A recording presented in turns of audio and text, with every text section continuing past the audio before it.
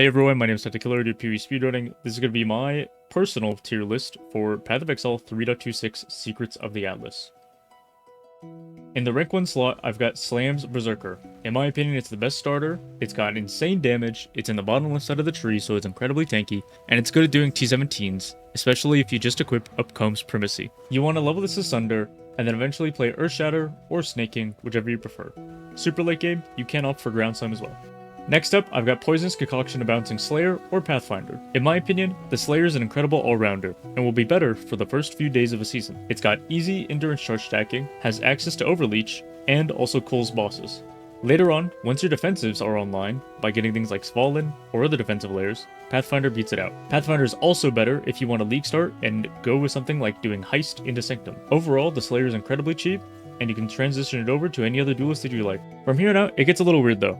Most of the builds below can't do T17s on day 1 without substantial investment. Being able to kill the boss is a big part of the profit of running T17s, and while some of the builds are okay, I don't think most of these are very good all-rounder builds. Speaking of non-all-rounder, Elemental Head of the Spectrum Deadeye is not going to be doing Uber bosses, or T17 bosses early on. It's incredibly spishy, but it makes up for it by being fast, and it's very good at farming T16 Legion. And hopefully, it's good at doing T16.5s. The biggest downside of this build is just that it can't do T17s, and it's not very tanky, so expect to die a lot. For the best minion build, in my opinion, as a League starter, is Blink Arrow Mirror Arrow, or you could play Summon Raging Spirits on Guardian. Now Gazi and others really enjoy Skelly Mages.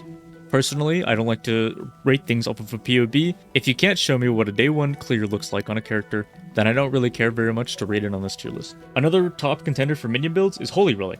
However, Holy Relic requires multiple Transfigured Gems. Even though Poison Holy Relic and Blink Arrow Mirror Arrow require 2 Transfigured Gems, Poison Holy Relic requires several Poison and Hit Abyss Jewels and is very hungry for quality, needing you to go beyond 20% quality. If you have an easy time getting Diallos, Ashes, and Enhance, you'll have an amazing time on Poison Holy Relic.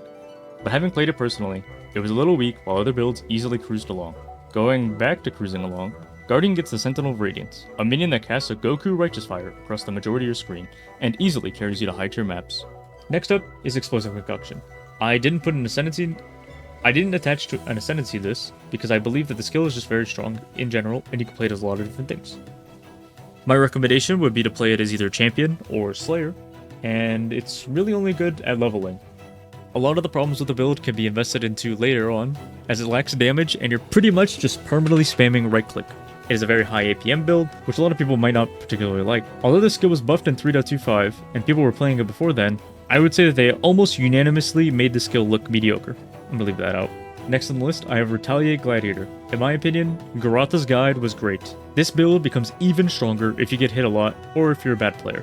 I had a bit of a problem with this build as I would instinctively Frost Blink around attacks a lot, so I ended up not dodging and having to remind myself that I need to stand still for a second to be able to do damage. You do maintain stacks a lot, and it plays a lot less clunkily than I thought it would play. I thought I would have to stand there, take damage, to do damage, to then take more damage, to then do damage. But really, you can chain these abilities quite a lot. It is on the bottom side of the tree, and it's incredibly tanky, as it stacks block, obviously. Speaking of very tanky, Righteous Fire Chieftain is just that.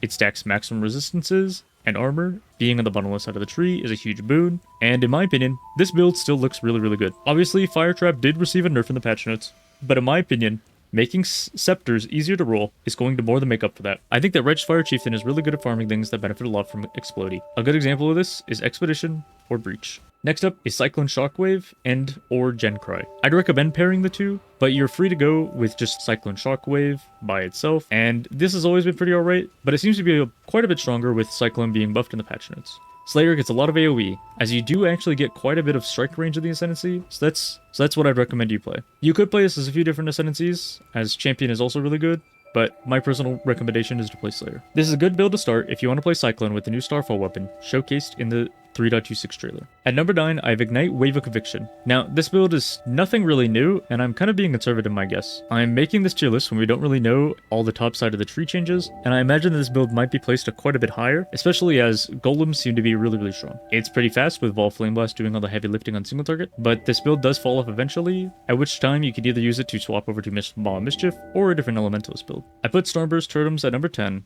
Despite not being very knowledgeable in Totems, people really recommended this one and said it was very good, so I think it'll be a good starter if you enjoy that kind of playstyle. Next is Archmage Ball Lightning of Orbiting, and this gets into some of the drama. Ben and Ventura believe Archmage to still be a top 5 choice easily, and I think they're probably right. I tested playing Archmage with regen 1% of your mana, and it was honestly perfectly fine. It might feel a little scuffed on day 1, and I think that it's not quite as strong as what we felt like on last league, so I placed it quite a bit lower. Ice Nova Frostbolts is substantially worse, and I wouldn't really recommend playing that. And Ball Lightning isn't the greatest. What the GOATs recommend though is you switch Ice Nova Frostbolts and instead use Vortex of Projection. Ben says it plays a little clunkily, but it should still be a very good build, and honestly, probably should be moved up quite a bit. Next up, I'm a huge believer in Chaos Dot, but I don't expect anybody to be able to do aspirational content on it without a significant amount of investment. As far as Ascendancy goes, it's a toss-up between Occultist or Trickster, and I'm not really sure which one's better. Choose whichever one you prefer. Speaking of Occultist, playing Wintertide brand Occultist is still really good at farming Expedition. People have told me that this build falls off after 4 stones and requires significant investment, so take this recommendation with a grain of salt, but in my opinion you can either switch it to any other build on Witch, or you can just keep playing this and invest and just keep farming T16s and T16.5s. Next up is Explosive Arrow Champion. I feel like this is already borderline playable in 3.25, and with the champion buffs, it looks really juicy. Setting you to max fortification instead of having 15 at all times is an insane buff, and honestly, it only gets better later on with other investments such as the Uber Exarch gloves, Celestial Rays. Lastly, I still recommend Power 7 Mines Trickster. I placed it a lot lower because I feel like the loss of damage is going to be very noticeable to a lot of players. In my opinion, this is kind of like when a very popular champion gets nerfed, and even though it's still incredibly strong, it feels so much worse to play the champion that its win rate goes down more than it deserves to, just because the feeling is bad. Now, top players did get mad at me for rating this so low, but I still think that this build is very viable, and you can easily play this on League Start. Going on to the note section, I always say that old players and new players are recommended to play Righteous Fire. And it's not necessarily because the build is the best, but it's because the guide is the best. If you go to Pox's website, you can find any question to any answer you could ever have, and people are more than willing to help you. If you have a problem with the Jungrown build, people will laugh at you and say, of course you're having problems, you have to press 7 buttons to play it. If you have a problem with the Pox build, people will be sympathetic and they're more likely to help you. PoE generally isn't very kind to risks, but Righteous Fire is the best if you have any risk problems. Next up, to talk about Dual Strike of Ambidexterity and Viper Strike of the Mamba. Neither one of these are very good like early day 1 starters, as they both require cluster jewels and a little bit of investment, but in my opinion, they're still perfectly fine to play, and you could easily League Start as something that you can transition over to, such as Econk or Peaconk. Now, people got really mad at me because I said that Lightning Strike, Molten Strike, and Frostblades are dead. In my opinion, these builds are completely dead as starters, and I wouldn't want to play these without knowing exactly what I'm doing.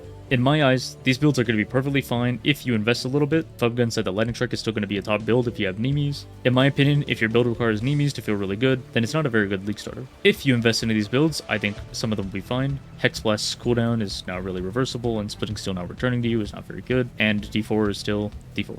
As far as I don't knows, I don't like rating things based on pure speculation. If you want to play something and it's not on the list, feel free to go for it. I'm just a loser that sits in my mom's basement, and feel free to play anything you want.